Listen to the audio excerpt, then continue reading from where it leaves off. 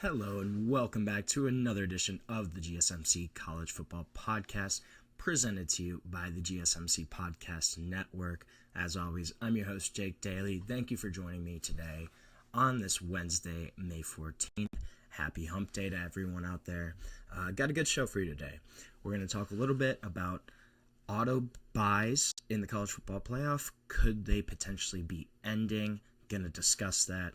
Also, going to touch on Big 12. Absolute chaos.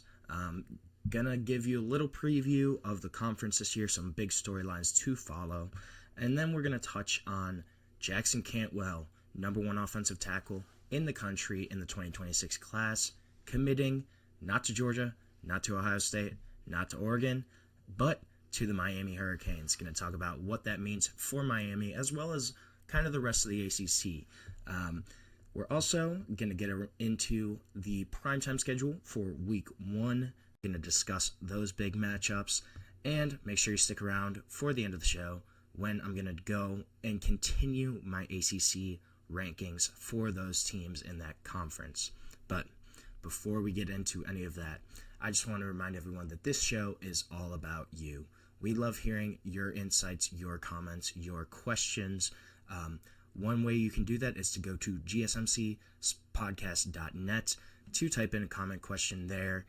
Or if you're on YouTube, you can use the super chat feature. To do that, all you have to do is click the $ at the bottom of the chat box, type in your message there, and this guarantees that your message gets read, gets on the air, and it's also just a great way to support our channel, support what we're doing here at GSMC. We couldn't do what we do without all of your support, and we're so grateful to have you all as a part of our community here at the GSMC Podcast Network. Now, let's talk about some auto buys. So a report came out from Yahoo Sports today saying that the college football playoff kind of decision makers have essentially almost neared a consensus to change the seeding process next season and eliminate first-round buys for conference champions, according to sources that told CBS Sports this. And this is something that has gained support, the idea of straight seeding, especially from the ACC and the Big 12 in recent weeks. ACC Commissioner Jim Phillips, he kind of said that the first time that the format, quote, may be the right thing for us to consider. And this is something that administrators are going to have to approve the proposal. Could happen within the next month. But this also requires unanimous approval from the 10 FBS conferences, as well as Notre Dame, in order for it to be enacted for this 25-26 season. So that's a big point there too. It's got to be a consensus, has to be unanimous. Could there be one team that holds out, one conference that holds out? It's possible, but that's going to be a big sticking point here. And it kind of sounds like this consensus is starting to near closer to completion. The Big Ten, the SEC, the two big power conferences right now, they have openly supported this shift to straight seeding. They had a meeting between the conference ADs as well as their administrators in March, and they kind of all agreed that, hey, we want to do straight seeding. We think it makes a lot of sense. The CFP expanding to 12 teams last season with the 4 teams, 4 conference champions receiving first-round buys, they kind of want to get rid of that. So if this was approved, straight seeding would begin in 2025. There would be no more automatic buys, and instead the top 4 teams in the CFP's actual final rankings, in that selection committee's final rankings, those 4 teams would earn the bye at that point. This is something, too, that the 12-team format expires at the end of this upcoming season. That's a big point to consider here as well. Could they go to 14? Could they go to 16 teams? It's all within the realm of possibility. This has been ongoing for months, kind of the debate of, do you expand to 14? Do you go to 16? Do they stay at 12? It seems more and more unlikely that they will stay at 12. Seems that they will at least add 2 more teams to that final playoff run, that final playoff grouping. I'm more of a fan of the 14-team kind of format. it just makes sense for me, I think, but you could certainly see 16 as well. And this is something that we're probably going to hear, hopefully is finalized next month. All the administrators are scheduled to meet on June 18th. All the college football playoff officials, all those big-time decision makers are meeting next month on June 18th. They're hoping this is something that is solidified, is decided upon by that June 18th meeting kind of deadline almost. But looking at what last season showed us from automatic buys, so betting favorites were 10-1 in the first year of the 12-team college football playoff, but these results were also aided by the bracket format that kind of allowed these lower-ranked teams to earn buys based on those automatic buys for conference champions.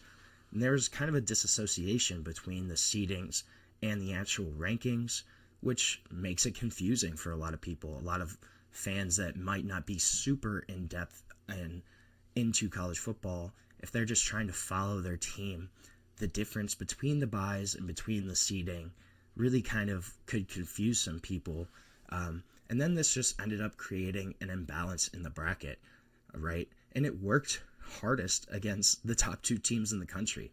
If you look at number 1 Oregon, undefeated, only undefeated team in the country, they win the Big Ten, they beat Penn State. What is their reward for getting that bye? Oh yeah, they got to go play Ohio State. Georgia, the number 2 team in the country. They had probably one of the toughest schedules in years for SEC play, had to play Texas as well as they came into the conference. What do they get? They got to play the eventual national runner-up in Notre Dame. So if you use the AP Top 25 poll as kind of an objective outside reference here, right? So you're not going to use the CFP's rankings. If you look at the AP poll, that would have been the number 1 team in Oregon facing the number 6 team in the country, Ohio State, in a quarterfinal, where normally they would have to face an 8 or 9 seed. Then, even more kind of telling is looking at Georgia and what happened there. As the number 2 seed, they should have probably faced a 7 or 10 seed. But you get Notre Dame, who in the AP poll was the number 3 team in the country. So that's a 2 versus 3 matchup, not in the semifinals, but in the quarterfinals. So you're really kind of giving those top teams a big disadvantage in terms of the draw that they got, in terms of the quality of opponents they got. Yes, everyone deserved to be in the playoff last year, but when you're looking at the top 2 teams in the country, shouldn't they deserve to have facing lower seeded teams, right? In the first round, in the quarterfinal? That should make more sense. And then all of this kind of occurred just because of these overcomplicated seeding rules. Boise State, they were ranked number 8 in the rankings. They earned the 3 seed as the Mountain West champion, as the 3rd highest ranked conference champion. Then Arizona State, they were the number 4 seed, yet they were ranked 10th overall. And then Notre Dame, relegated to the 7th seed because of the conference champion automatic buys, implicit kind of favoritism that the committee ended up giving to the runners-up of the Big Ten of the SEC in Penn State and Texas. They go all the way to the 7th seed in the country. So if you look at actually lining up seeding to rankings, it would remove a lot of these unnecessary complications, right? It would create more games that fans actually want to see, in theory, more competitive matchups, and teams that are more objectively rated at that point. You're not going to avoid blowouts completely, right? There will be at least 1 game, 2 games in a playoff run in this kind of format where maybe a higher seeded team just really runs over a lower seeded group of 5 conference champion, something like that, something kind of similar to that vibe. That's not going to go away completely, right?